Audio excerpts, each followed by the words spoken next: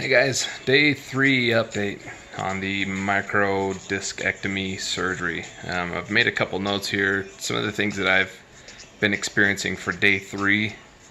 Slightly different than day 2, a little bit better, but here's kind of what to expect, at least from my perspective.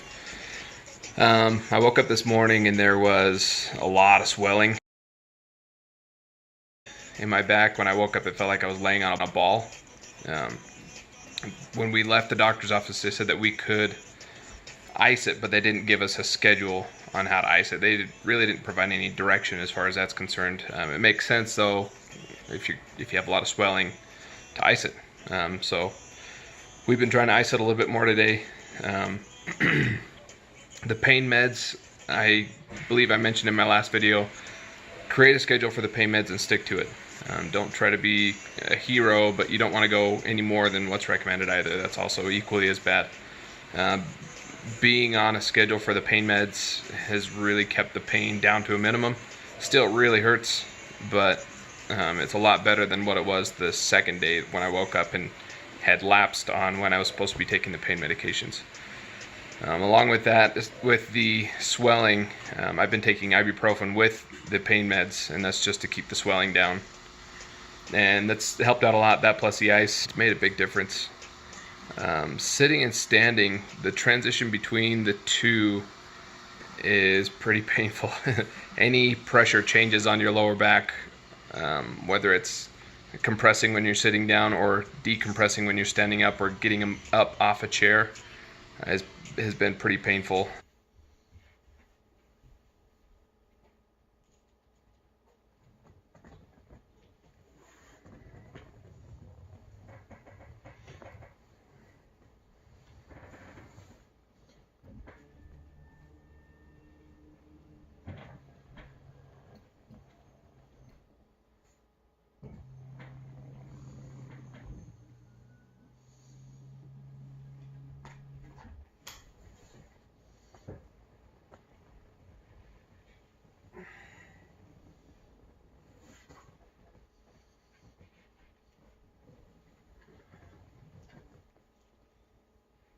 Process of that if you're looking into this type of surgery and what to expect. The back brace usage, the back brace is actually pretty comfortable. I like the back brace.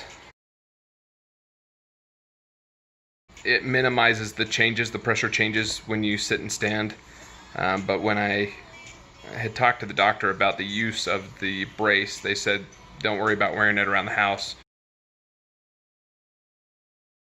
And I think that's just to kind of give it some room to move, to swell, things like that. You don't want to constrict it all the time.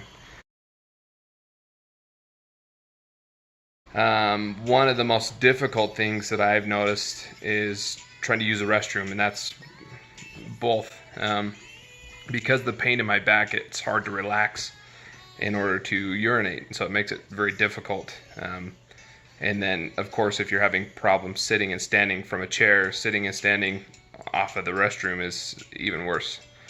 So what I would recommend is have something there, whether it's a counter or something to help brace yourself up and pick yourself off the restroom. My wife's helped me off and on a couple times, but I'm getting to the point where I can do it on my own. Lying in bed, I mentioned in my last video, I haven't tried anything on my stomach. Before I had the surgery, being on my stomach was still pretty painful, so I didn't spend too much time on my stomach. I'm generally a stomach sleeper, but as soon as I injured it, I had stopped. For walking, we've been trying to walk. We'll walk down to the mailbox. We're going to take a walk down to the corner of the block here in the next hour or so. Walking's really slow. You can't swing your legs out as far as you'd like. It kind of gives you the same pain as that sciatica. If you had a pinched nerve before you had a surgery, that's what it feels like. Because of the swelling, I did have some sciatica pain this morning, which was a little bit unexpected, kind of disheartening, but once the swelling went down, that pain went away, which the reason why I had the surgery initially was for that pain.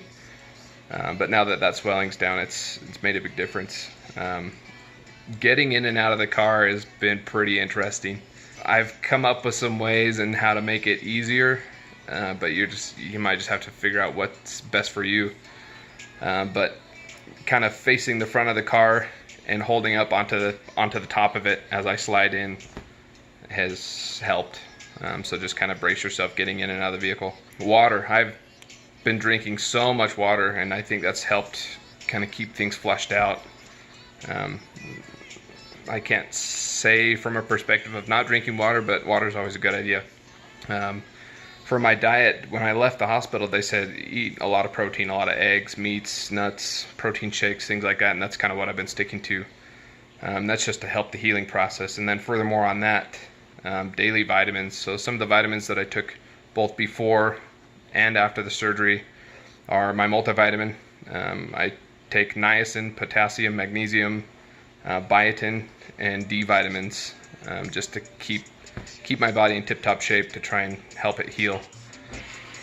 But that's about it. It's still been a rough go. I still get up and down real slow. I don't walk very fast, but just taking it one day at a time.